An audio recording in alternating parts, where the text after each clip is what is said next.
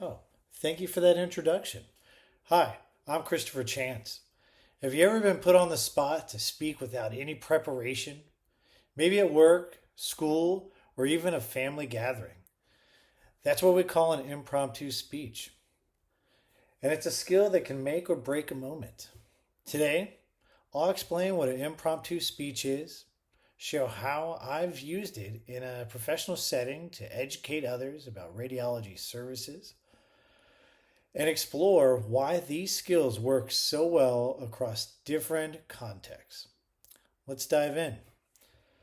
So, first, let's break down what an impromptu speech actually is.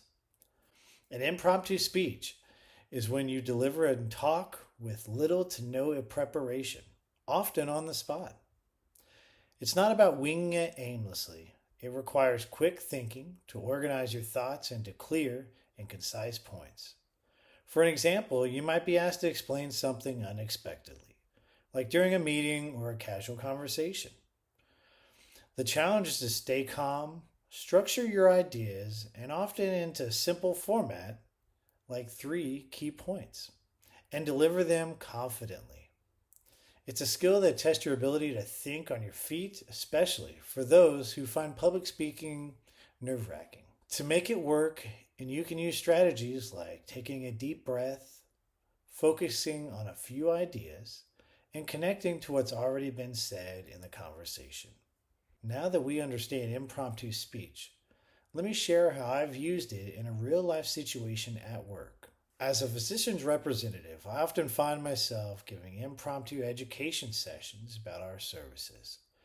Just last week, I was speaking with a group of healthcare providers about our new mammography AI technology. I had no slides or notes prepared, so I relied on impromptu speaking skills to make my points clear. I organized my thoughts into three key benefits, just like we've learned in class. First, I explained that this AI technology is at no cost to the patients, making it accessible. Second, it reduces false positives or callbacks, which means fewer unnecessary follow ups and less patient stress. Third, I shared that as of right now, we're actually catching an additional breast cancer a week thanks to this technology working with our radiologist. By structuring my talks this way, I kept the providers engaged and they asked thoughtful follow up questions, showing they understood the value of the technology. So, why did this approach work so well? Let's explore how these impromptu speaking strategies can apply beyond the workplace. The strategies that made my impromptu speech effective at work can also shine in other settings, like school or family life. For example, organizing thoughts into 3 points helps in a high pressure situation. Thanksgiving's coming up, so at a family gathering, if I'm asked to share advice or settle a debate, yes, the Cowboys are number one, and I can use that rule of three to keep my response clear and memorable, just like I did with the providers. Another strategy is drawing from what's already been said. Works great in school discussions.